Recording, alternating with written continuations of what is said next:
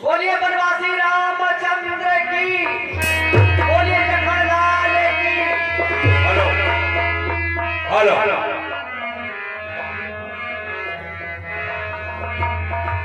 बहुत समय पहले की बात है, जब मेरी शादी हुई थी तो मैं बहुत कुरूप थी। इस कारण मेरे पति ने मेरा त्याग कर दिया था और मैं भटकते भटकते मतंग ऋषि के आश्रम में आ गई। मैंने उनको गुरु बनाया और मैंने अपने गुरुदेव की बड़ी सेवा की। एक दिन ऐसा भी आया कि गुरुदेव इस दुनिया में नहीं रहे और मरते मरते हमारे गुरुदेव ने ये कहा था, ऐ सगरी, तू एक नन्ही जाति की महिला है और तूने हमारी बड़ी सेवा की है। मैं तुझे वरदान देता हूँ कि एक बार भगवान रामचंद्र जी तुझे दर्शन जरूर देंगे, वो विष्णु अवतारी होंगे। लेकिन गुरुदेव ने ये नहीं बताया कि भगवान दर्शन कब देंगे। गुरुदेव तो चले गए और मैं बहुत वर्षों से इंतजार कर रही हूँ। मैं प्रतिदिन अपने आंगन को कुटी को बहारती हूँ, भगवान के रास्ते को बहार के इंतजार देखती हूँ कि भगवान आ जाएंगे। लेकिन प्रभु ना जाने हमसे ऐसी कौन सी खता हो गई, आप अभी तक नहीं आए। बहुत समय हो गया प्रभु, मेरा अंतिम पड़ाव है, अंतिम समय है, मेरा चौथापन है। इंतजार देखते देखते आंखें दुखने लगी है प्रभु और आप तक आपने दर्शन नहीं दिए हैं। ना जाने क्या हुआ।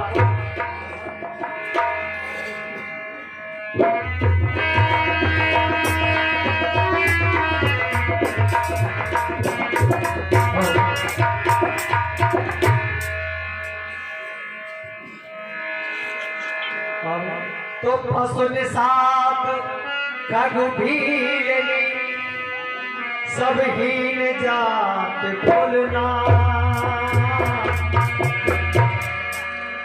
और बिना योग तप जप किए प्रभु पहुँचे तुम्हारे धाम। तो भक्त अजामिल गीत करका सबकी खबर ली आपने और भक्त द्वारा भी प्रभु मुक्त कर दिया। भक्त जाने आप पर कितने जीवन सावर कर गए, नाम लेकर आपका पापी हजारों तर गए। गणकातीत अजामिल जो जो नरहर दरबार गए और वो क्या पापी कब थे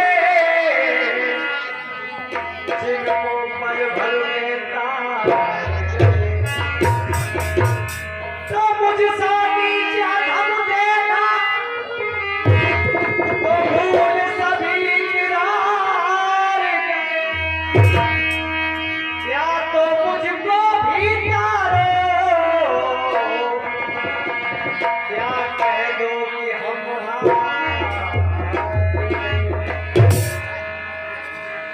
और निस्दिन पुहार रास्ता और निस्दिन पुहार रास्ता आएंगे राम जी।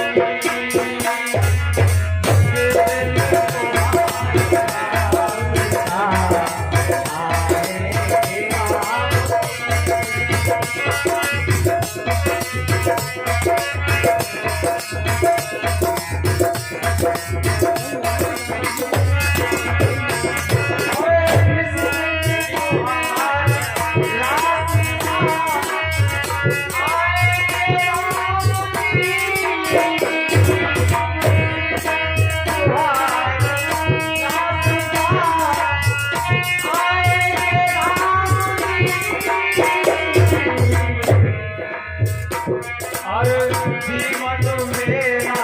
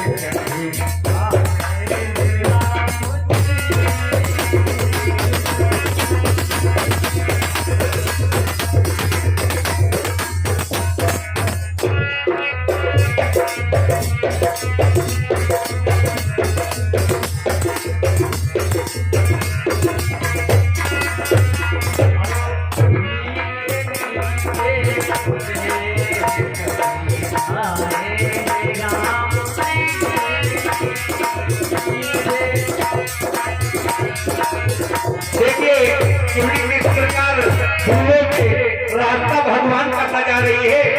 बड़ा सुंदर भगवान के इंतजार में बड़े प्रेम से झूले से रास्ता सजा रही है। हमारे भगवान इसी रास्ते से आएंगे।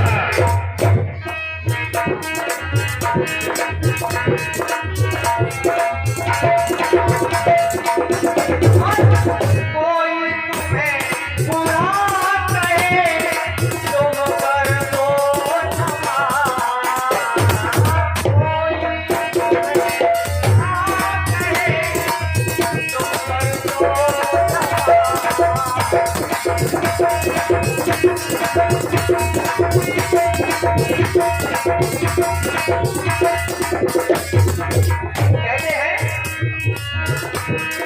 तुलसी बुरा न मानिए जो गवार कह जाए। अगर आप साधु बनते हैं, भक्त बनते हैं, तो हंसी तो आते हैं, बुरी बुरी कहते हैं, लेकिन तुलसी बुरा न मानिए जो गवार कह जाए। गंगा जी की धार में भलो बुरो बह जाए। कोई चुप है बुरा कहे तुम कर दो क्षमा।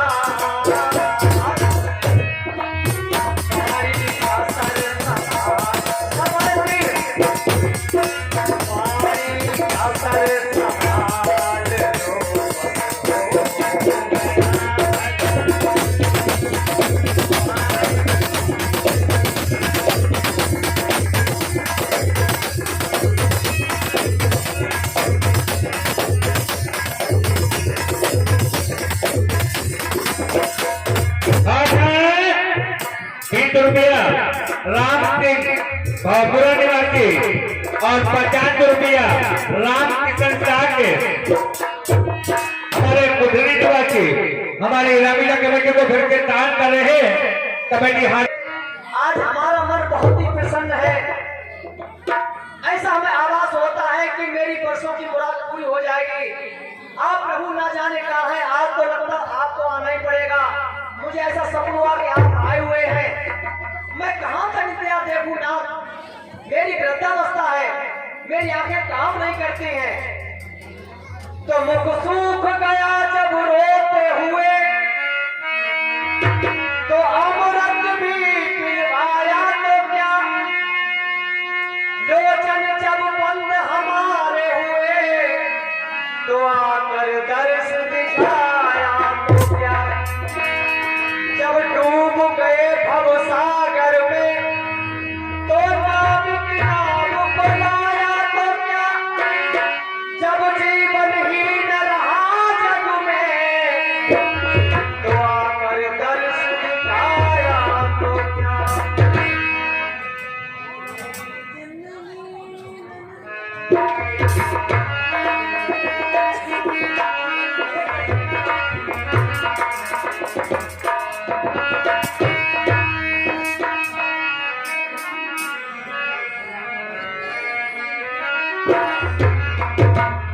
और मेरी जिंदगी संवर जाए, मेरी जिंदगी संवर जाए, अगर तुमको मिलने आ जाओ।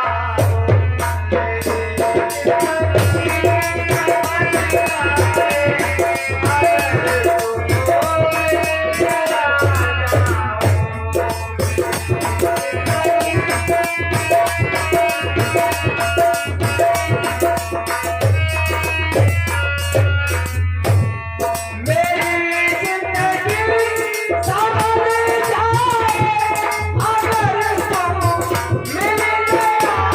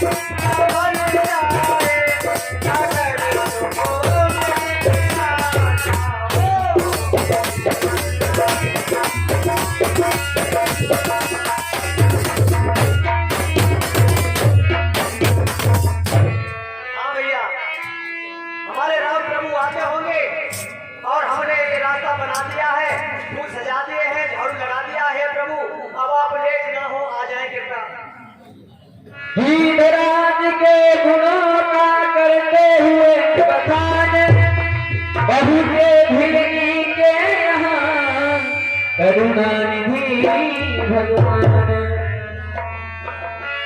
बुद्धि की आँखों के आगे लक्ष्मण समेत प्रभु जा पहुँचे। बुद्धि की आँखों के आगे लक्ष्मण समेत प्रभु जा पहुँचे। अरे हाथ भक्ति से मिलने को भगवान आप ही आ पहुँचे।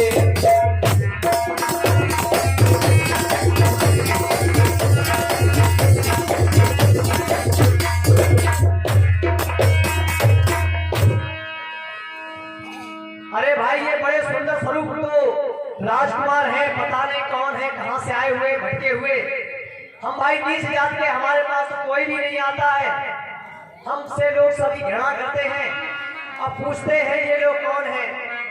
हे महान भाव, आप दोनों सुंदर राजकुमार बड़े ही सुंदर दिखाई दे रहे हैं। कृपा करके ये बताइए आप लोग कौन है, कहां से आए हैं। हे माता, हम अयोध्या नंदन दशरथ राजा के पुत्र राम और लक्ष्मण हैं। पिता के वचनों के अनुसार हम 14 वर्ष वन में बिताने आए हैं, लेकिन यहाँ पंचवटी में कोई राक्षस रावण मेरी सीते को हर दे गया है। उसे हम खोजते फिर रहे हैं। मैं इधर से खोजते खोजते आपकी कुटिया की तरफ आ गया। ये ना आप राम हैं, मैं तो जीवन भर आपका ही इंतजार देखते रही ना। आप आए, मैं धन्य हुई प्रभु, मैं धन्य हुई, मैं धन्य हुई, मैं धन्य हुई। तो माता, सुंदर कन्याओं के आसन पर प्रभु को बिठलाती है। सुंदर कन्याओं के आसन पर अपने प्रभु को बिठलाती है। मैं पानी के कुछ पेड़ों को, मैं पानी के कुछ पेड़ों को कल्याणे पर करती है।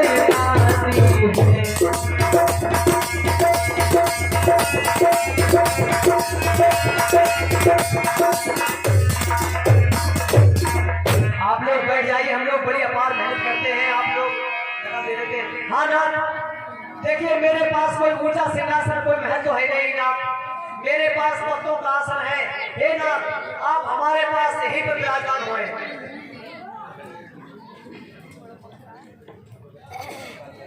आओ प्रभु, लक्ष्मण भैया आप भी बैठो।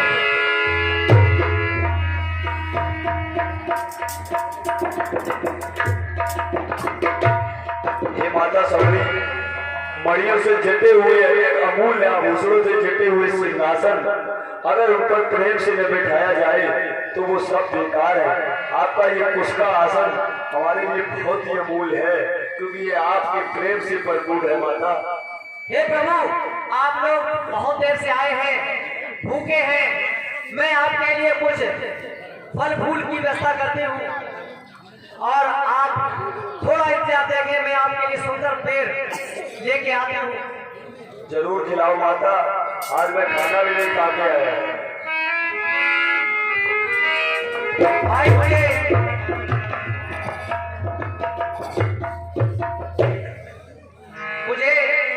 पेड़ बड़े सोच सोच के चुनना है। ऐसा ना हो कि प्रभु के मुंह में खट्टा बेर पड़ जाए तो प्रभु कहेंगे कि बेटी ने सुबह से कुछ खिलाया नहीं और खिलाए तो खट्टे बेर खिला दिए। मुझे ये देखना चाहिए कि कोई बेर खट्टा ना हो।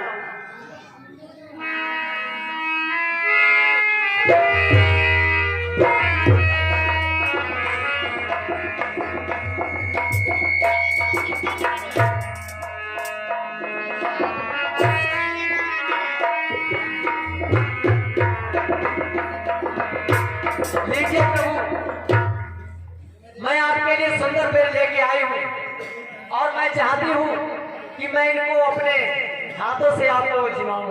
अवश्य माता।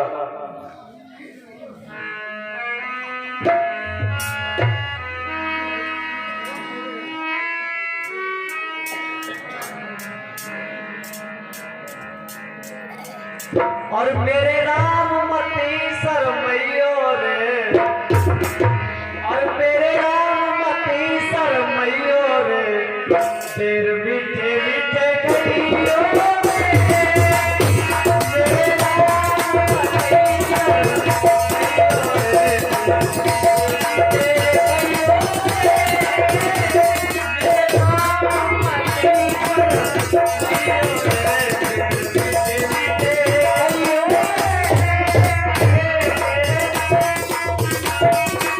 और इस बात की मेरी माता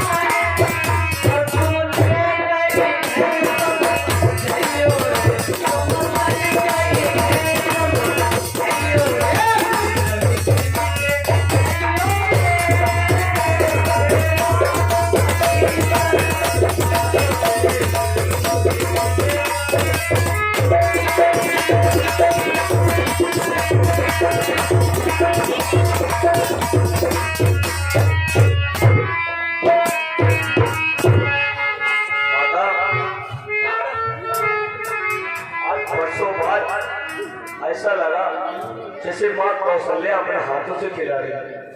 माता, इन पेड़ों में ऐसा स्वाद बरसों बाद मुझे अनुभव हुआ।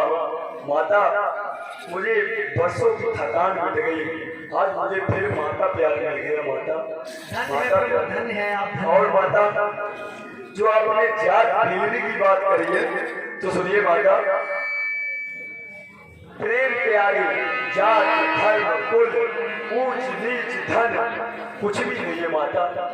जब भी राम को कोई प्रेम से बुलाता है तो राम न जात देखता है, न धर्म देखता है, न कुल देखता है, न धन देखता है, न ऊंच देखता है, न नीच देखता है।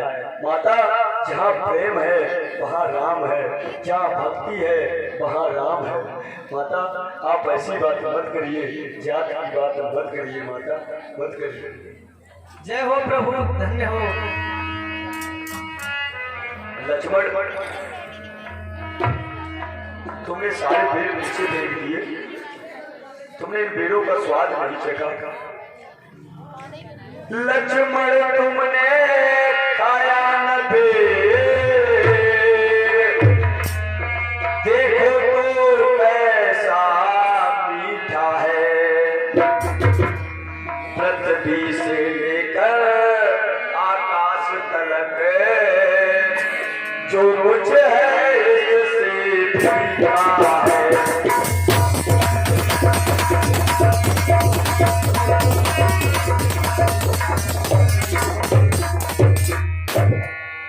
तुमने भी बहुत खिलाए हैं,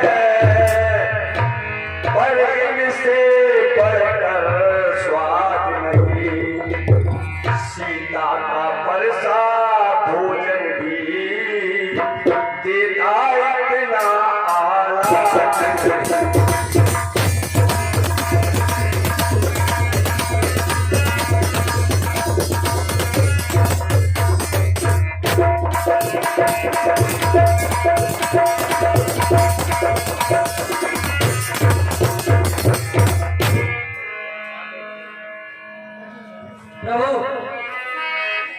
आपने भोजन कर लिया?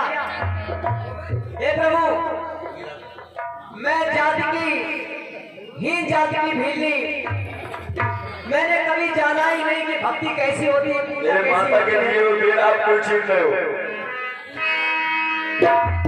हे प्रभु, अगर आपके पास हमारे वास्ते, हमारे लिए भक्ति का कोई सुगम मार्ग हो, भक्ति का कोई सरल मार्ग हो, तो नाथ कृपया करके हमसे कहिए, हमें समझाइए, तो हम भी धन्य हो जाएं। हम भक्ति करना नहीं जानते हैं, पूजा करना नहीं जानते हैं नाथ, मेरी तो ऐसे ही कट गई। सुनो माते, सुनाए प्रभु। आज मैं तुम्हें नवदा भक्ति का ज्ञान देता हूँ, नवदा भक्ति जिसे योगी मुनि संत हजारों वर्षों तक तपस्या करने पर भी नहीं प्राप्त कर पाते हैं, उसे मैं आज तुम्हें सरल भाषा में समझा रहा हूँ। जय हो प्रभु। और योगों योगों तक ये भक्ति, इन 9 भक्तियों में से कोई एक भी भक्ति करके मेरे परम पद को प्राप्त होगा। सुनो माता, पहली भक्ति मैं तुम्हें बता रहा हूँ।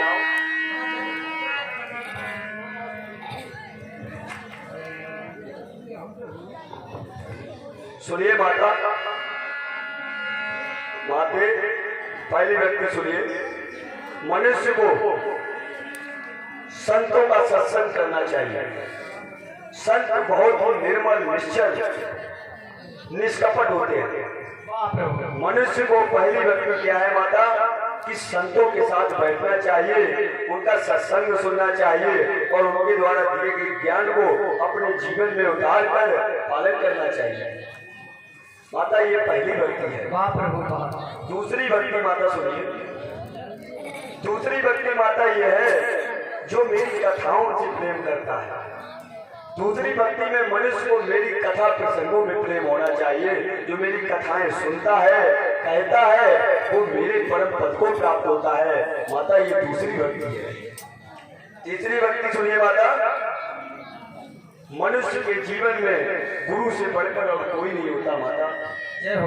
मनुष्य को अभिमान रहित होकर, अहंकार रहित होकर अपने गुरु के चरण कमलों की सेवा करनी चाहिए। ये तीसरी भक्ति है माता। जय हो प्रभु। चतुर्थ भक्ति सुनिए माता। चतुर्थ भक्ति मनुष्य को कपट छोड़कर, हृदय से चतुराई कपट छोड़कर मेरे गुणों का गान करना चाहिए। चौथी भक्ति माता, कपट छोड़ के हृदय से जो मेरे गुणों का गान करता है वो मेरे परम पद को प्राप्त होता है। ये चौथी भक्ति है माता। जय हो। पंचम भक्ति सुनिए। पंचम भक्ति में मनुष्य को मेरे राम नाम मंत्र का जाप करना चाहिए और मुझ पे दृढ़ विश्वास रखना चाहिए। जो राम पे विश्वास रखता है माता, उसको मैं कभी भी हारने नहीं देता हूँ माते। जय हो प्रभु। जय हो। मनुष्य को अगर मुझ पे दृढ़ विश्वास है तो वो कभी भी निष्फल नहीं हो सकता, कभी भी असफल नहीं हो सकता। हजार परेशानियां आने पर भी उसे मेरा पूर्ण विश्वास होना चाहिए। ये पंचम भक्ति है माता। षष्ठम भक्ति सुनिए। इंद्रियों का निग्रह करना चाहिए। इंद्रियां क्या है माता?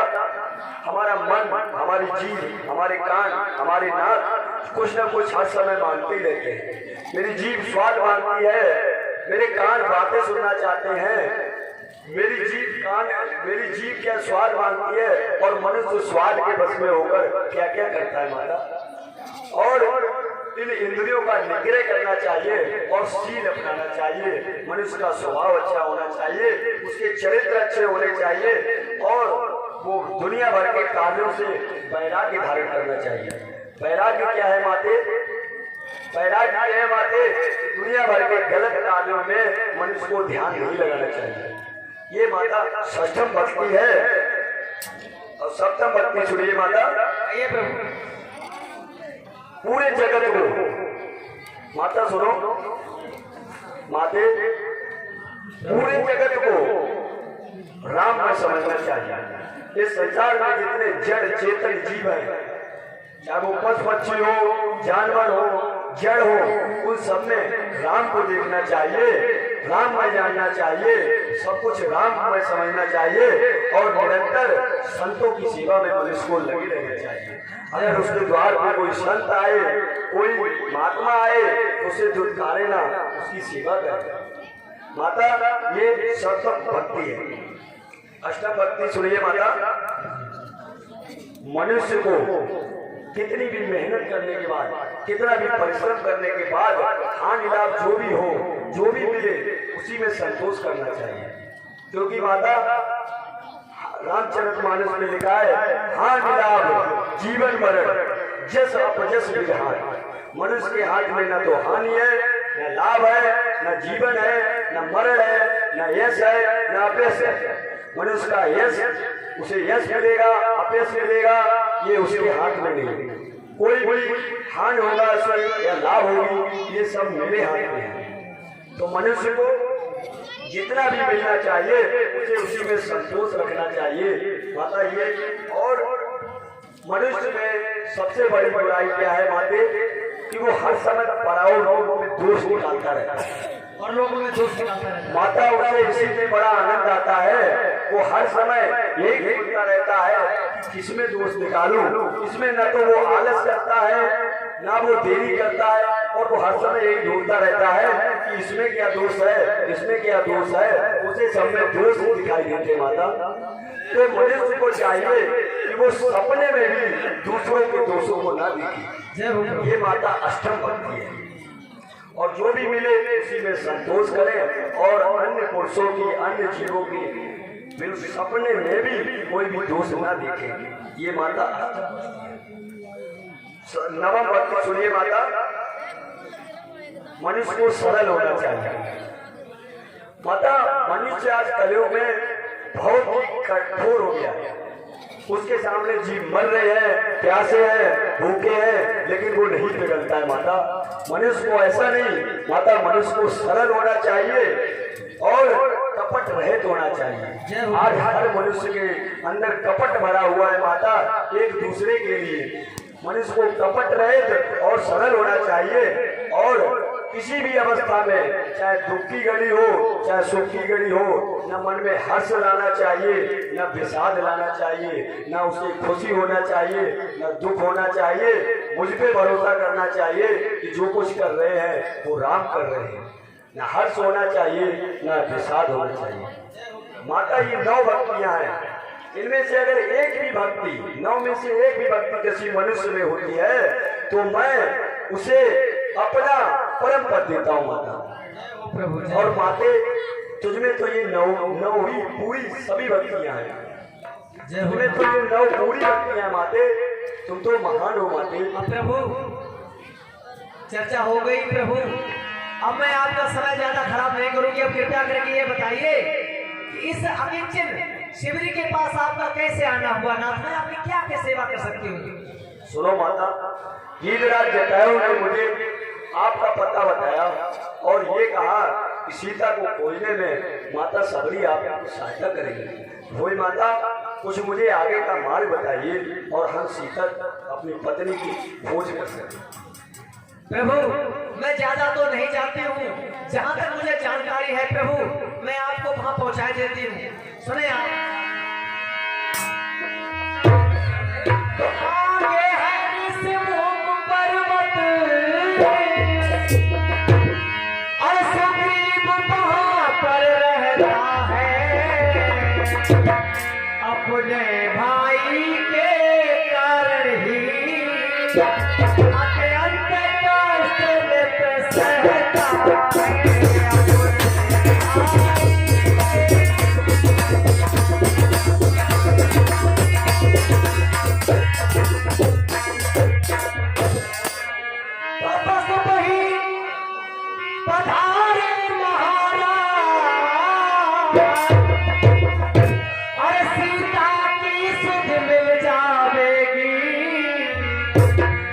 जो कली यहाँ मुरझाई है